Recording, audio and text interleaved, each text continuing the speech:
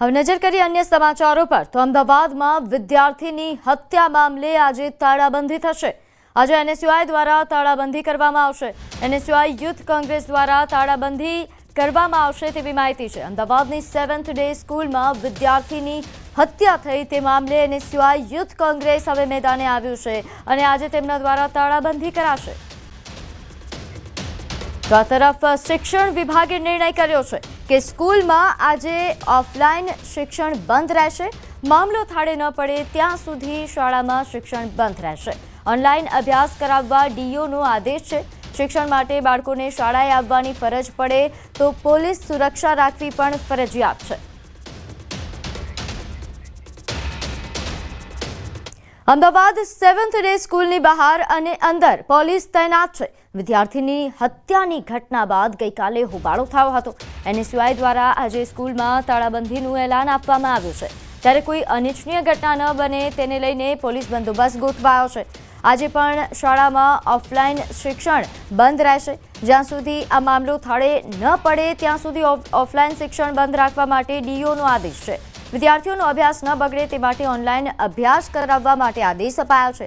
જો કોઈ કારણોસર શિક્ષકોએ ઓનલાઈન શિક્ષણ માટે શાળાએ આવવાની ફરજ પડે તો પોલીસ સુરક્ષા રાખવી પણ ફરજિયાત રહેશે।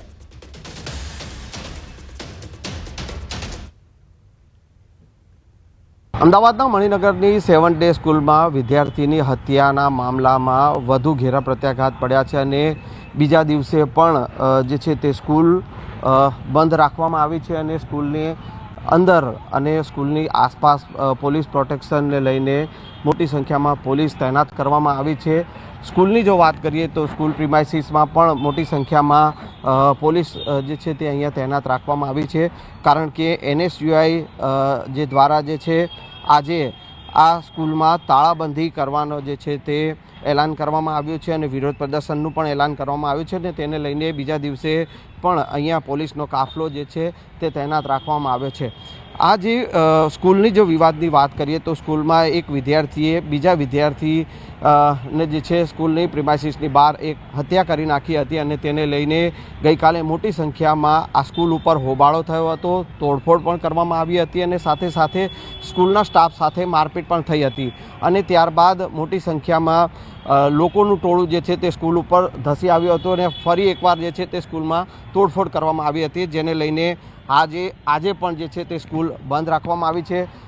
અમદાવાદ જિલ્લા શિક્ષણ અધિકારીએ આ સમગ્ર મામલો થાળે ન પડે ત્યાં સુધી સ્કૂલ બંધ સ્કૂલમાં ઓફલાઈન શિક્ષણ બંધ રાખવાનો આદેશ કર્યો છે અને સાથે સાથે વિદ્યાર્થીઓ કે જે વિદ્યાર્થીઓ મોટી સંખ્યામાં આ સ્કૂલમાં અભ્યાસ કરે છે તો તેઓનો અભ્યાસ ન બગડે તેને લઈને ઓનલાઈન અભ્યાસ કરાવવાનો આદેશ કર્યો છે। જો શિક્ષકોએ ઓનલાઈન અભ્યાસ કરવા માટે અહીંયા સ્કૂલ ઉપર આવવું પડે તો તેઓને પણ પોલીસ પ્રોટેક્શન આપવું તે પ્રકારનો પણ આદેશ કરવામાં આવ્યો છે। એટલે કે જ્યાં સુધી આ સમગ્ર મામલો થાળે નહીં પડે ત્યાં સુધી આ સ્કૂલ જે છે તેમાં ઓફલાઈન શિક્ષણ જે છે તે બંધ રહેશે। પરંતુ હાલની વાત કરીએ તો હાલ આ સમગ્ર મામલે સ્કૂલમાં મોટી સંખ્યામાં પોલીસનો કાફલો તૈનાત રાખવામાં આવ્યો છે। કેમેરામેન ખેંગાર રાઠોડ સાથે સંજય ટાંક, ન્યૂઝ 18 ગુજરાતી, અમદાવાદ। તો વિદ્યાર્થીની હત્યા મામલે આજે મણિનગર, કાંકરિયા અને ઈસનપુરનું બંધનું એલાન છે। કાંકરિયા, મણિનગર, ખોખરા, ઈસનપુર આસપાસ 200 શાળાઓનું સ્વયંભૂ બંધ। વીએચપી અને વેપારી એસોસિએશન દ્વારા બંધનું એલાન અપાયું છે। ઇમરજન્સી સેવા સિવાય તમામ શાળાઓ, કોલેજો અને માર્કેટ બંધ રાખવા અનુરોધ કરાયો છે।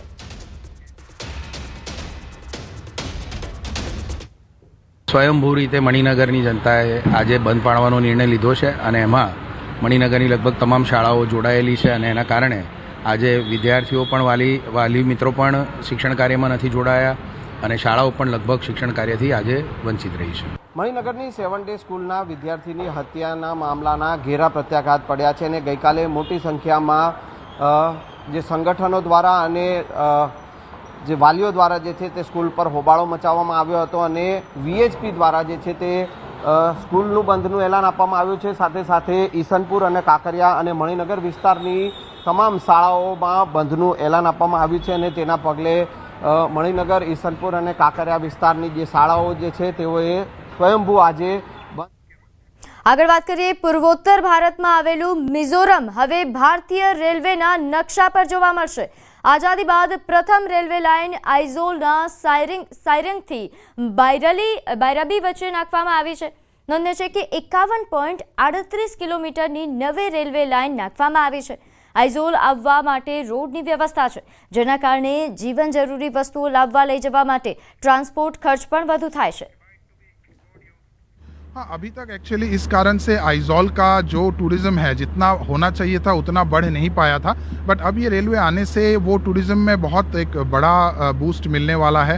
और क्योंकि ये जगह ऐसी है जो एक अनएक्सप्लोर्ड ब्यूटी है, यहाँ का प्राकृतिक सौंदर्य है, यहाँ के जो लोकल कल्चर और ट्रेडिशंस है, ये सभी पर्यटकों को बहुत आनंद आएगा इससे. કેટલા મનમોહક તમને દ્રશ્ય જોવા મળ્યા તમને જ્યારે ટ્રેન આપણે અહીંયા બ્રિજ પછી જ્યારે ટ્રેન ચાલે છે તો બ્રિજની હાઇટથી તમે નીચે તમે જોશો તો કેટલી ખીણ છે, એમાં તમારા પાણીના ધબધબા છે, વોટરફોલ્સ તમારા અહીંયાથી જઈ રહ્યા છે. એટલે એટલી સિનિક બ્યુટી છે આના ટોટલ અહીંયા છે 55 ટોટલ મેજર બ્રિજ છે.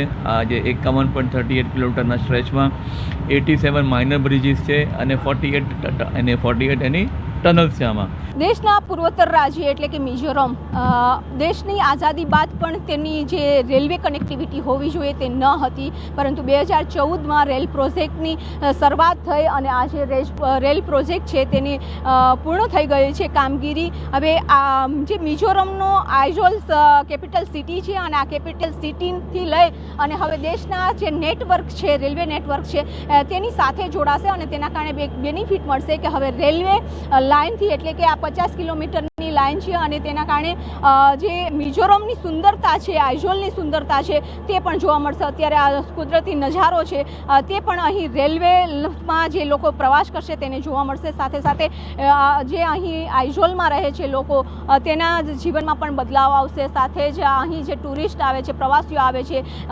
તેને પણ બેનિફિટ મળશે અને પ્રવાસનને પણ વેગ મળશે. કેમેરામેન નિલેશ સોસા સાથે વિભુ પટેલ, ન્યૂઝ 18 ગુજરાતી, આઇઝોલ. હવે નજર કરીશું ટોપ 3 હેડલાઇન્સ પર. રાજ્યમાં આગામી 7 દિવસ વરસાદનું જોર રહેશે. સૌરાષ્ટ્ર કચ્છમાં ઓરેન્જ, દ્વારકામાં રેડ એલર્ટ.